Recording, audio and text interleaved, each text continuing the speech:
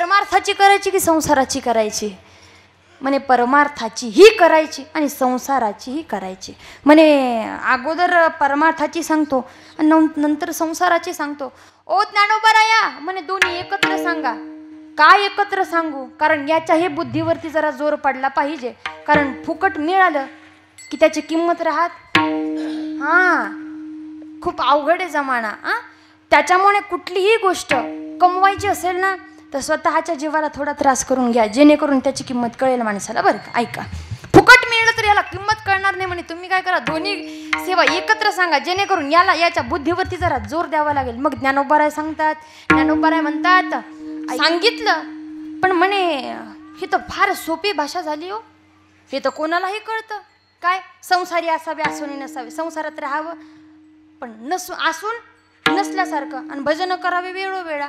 तुकोबाराय म्हटलं एवढं सोपं नको रे बाबा त्याला. का? म्हणे का एवढं सोपं का नको? त्याच्या बुद्धीवरती जोर पडला पाहिजे. ज्ञानोबारायांचा तुकोबारायचा संबंध बरं का, मनातली मनात. कारण त्यांचा स्वभाव आहे अंतरीची घेतो गोडी, अंतरातून.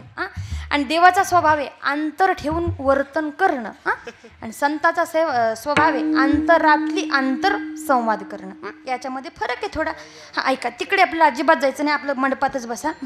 ते चाललं अध्यात्माकडे. ऐका मावशांनो, दोघं संवाद करतात.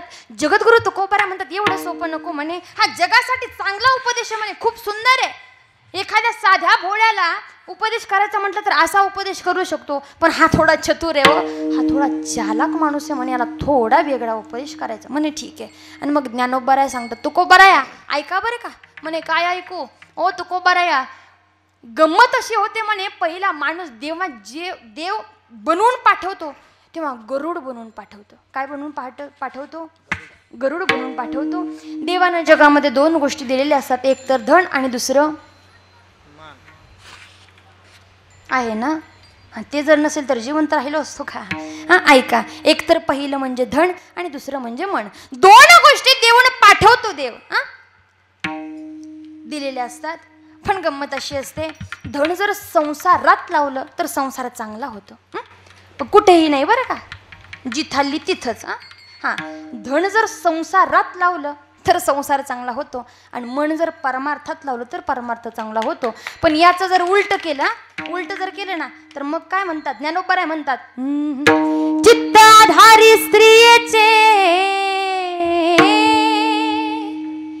तिचे निछंदे नाचे, माकड गरुड याचे होय जैसे. समजते का? चित्त म्हणजे मन. जर मन एका स्त्रीच्या आधारावर गेलं, स्त्रीचा म्हणजे यांच्याच नाही बरं का, स्त्री म्हणजे संसार, जी तुमचा संसार वाहते. मन जर संसारात गुंतलं तर गरुड होऊन पाठवलेला माणूस माकड होतो. तुकोबाराय सांगतात म्हणे काय? चित्त आधारी स्त्रीचे आणि ती चेनी छंदेनाचे. एकदा मन संसारात गुंतलं, असं गुंततं ते कधीच निघत नाही. आणि जसं मन गुंतलं की मग माकड गरुड याचे होय जैसे. हे समजतं त्या चतुर माणसाला. साधक म्हणतो जगद्गुरु तुकोबाराय खरं आहे तुमचं. म्हणे आता हे मन मी काय करणार? परमार्थात लावणार. म्हणे ओ जगद्गुरु तुकोबाराय, मी खरी सेवा करणार. म्हणे खरी कशी करणार? मन देऊन करणार, चित्त देऊन करणार, अर्थात भगवंताच्या चरणावरती मी समर्पित होणार. पण जगद्गुरु तुकोबाराय एक प्रॉब्लेम आहे. आता जगद्गुरु तुकोबारायने डोक्यालाच हात लावला. म्हणे आता एवढं ओरडून सांगितलंय कशी सेवा करायची, कोणाची सेवा करायची, ना आता सेवा करायची बारी आली तर हा व्यक्ती म्हणतोय आता एक प्रॉब्लेम. म्हणे काय प्रॉब्लेम आहे जगद्गुरु तुकोबाराय? आम्ही संसारिक माणसं हो, आमची देवानं घेवाण घेतल्याशिवाय काम होत. पडद्याच्या मागून नाही बरं का, उघड.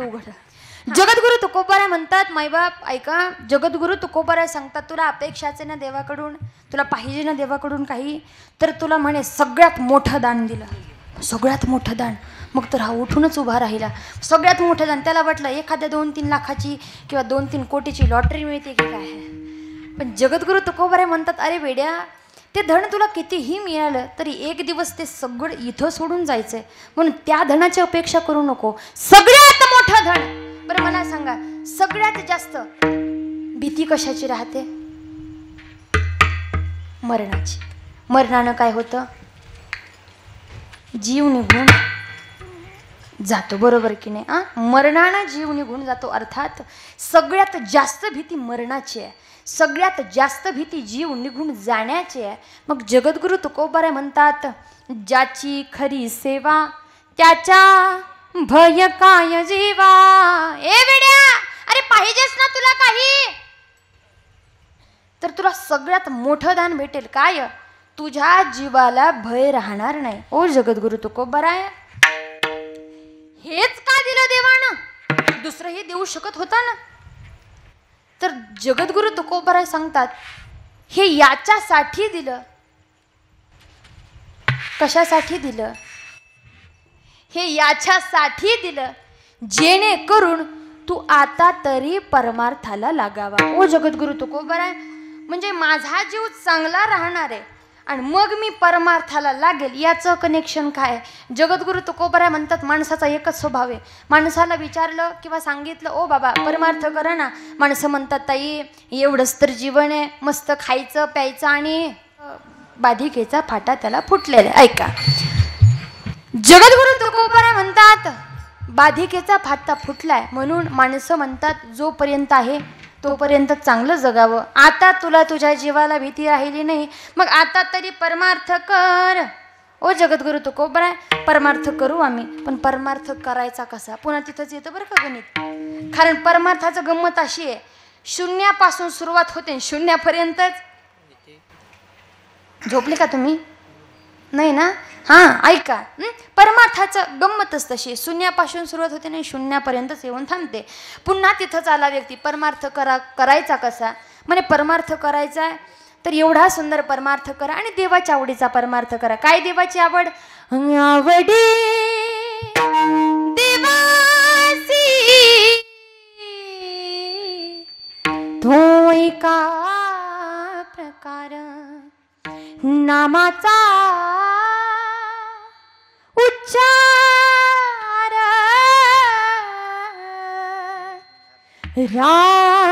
रात्रंदिन आवडे देवासी तो एका प्रकार तुळसी माळ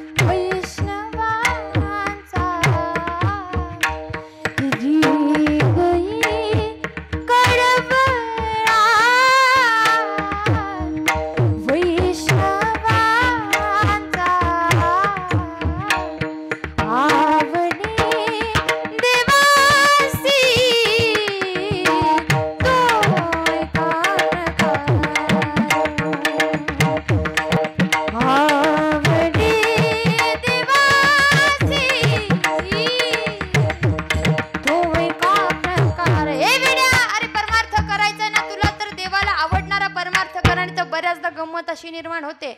या 16 शृंगार करतात आणि देवाच्या समोर उभा राहतात, मी कशी दिसते?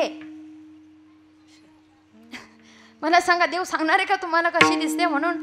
अजिबात नाही. देवाला आवडतं काय? गळ्यात तुळशीची माळ, भाळावरती गोपीचंदनाचा टिळा, हातात टाळ आणि भगवंताच्या भजनामध्ये रंगलेली ती संध्याकाळ, हे देवाला आवडतं बरं का.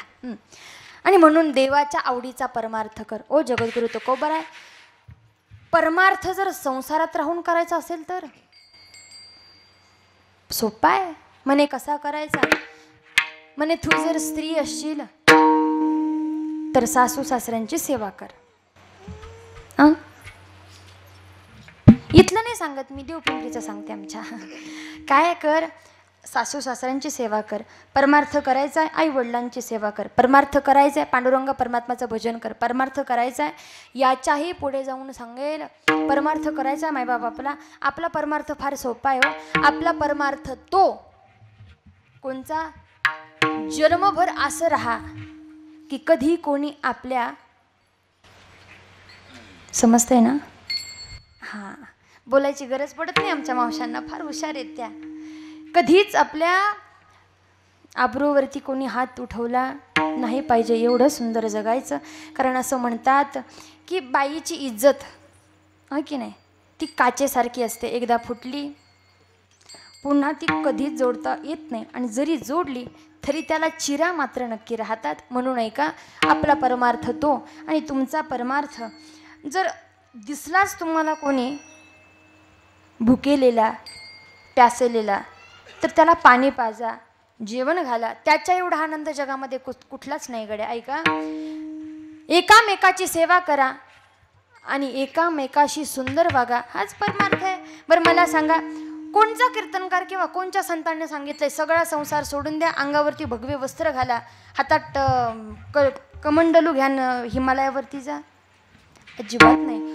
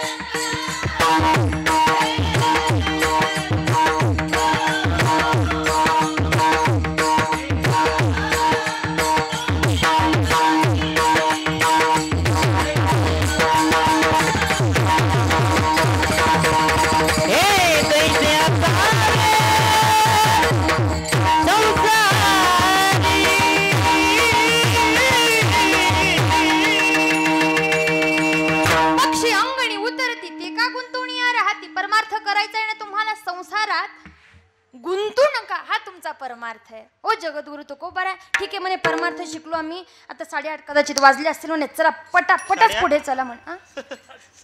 8:30 नाही 10:30 ते होतं वयामानानं कधी कधी तसं. ऐका विनोदाचा भाग सोडा. नाही, कधी कधी हसणं पण गरजेचं आहे, नाही तर मी बडबड करते आणि तुम्ही हसताय, मी फक्त तुमच्या तोंडाकडे पाहू का?